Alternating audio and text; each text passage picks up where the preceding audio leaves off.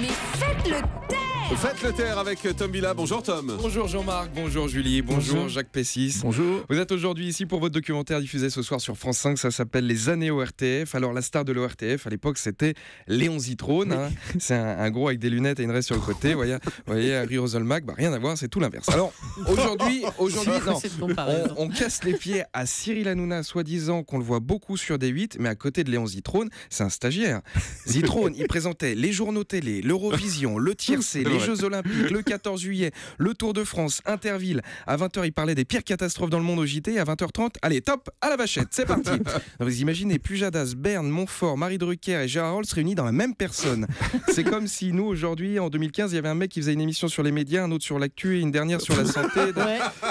Ça, c'est... Allez, on enchaîne. Alors, qu'est-ce qu'ils penseraient de la télé aujourd'hui, les Léon Zitrone et les Guy Lux, en regardant, je sais pas, les enjeux à télé-réalité ou Secret Story? Contrairement à ce qu'on peut imaginer, je suis sûr qu'ils en penseraient beaucoup de bien.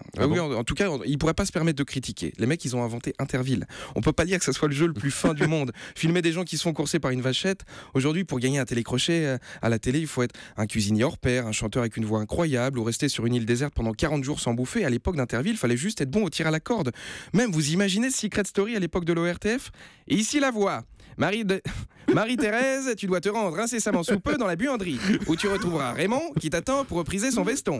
C'est tout, pour le moment. Ça le fait moins. Oui, c'est vrai, ça le fait moins. La tête et les jambes qu'on pourrait rebaptiser aujourd'hui, ça c'est une émission mythique, la tête et les jambes qu'on pourrait rebaptiser Montfort et Candeloro.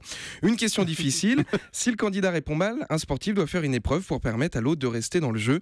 C'est-à-dire que Candeloro, il dit une grosse connerie et Montfort, il rame très très fort pour attraper les boulettes derrière. J'ai découvert qu'à l'époque aussi, l'audience était déjà mesurée. Alors je pense que les courbes d'audience étaient beaucoup plus simples. Hein. Qui regarde la télé? Bah c'est bon, on a l'audience d'hier. Bah oui, à l'époque, il n'y avait qu'une seule chaîne. Et l'autre émission mythique, c'était La Caméra Invisible, créée par Jacques Rouland et Pierre Bellemare.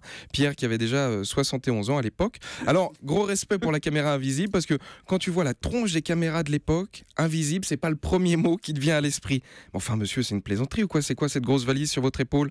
Mais pas du tout, madame. Je porte ma valise comme ça, j'aime bien. Non mais ça va, ça n'avait aucun sens. En tout cas, après, c'était les canulars de l'époque. Il y avait les blagues de l'époque. Bonjour madame, pouvez-vous m'indiquer la rue Béole? Voilà, très bonne blague. Ou encore, avez-vous de la monnaie sur 7 francs? C'était les blagues parisiennes de l'époque. En tout cas, merci Jacques Pessis pour ce beau documentaire.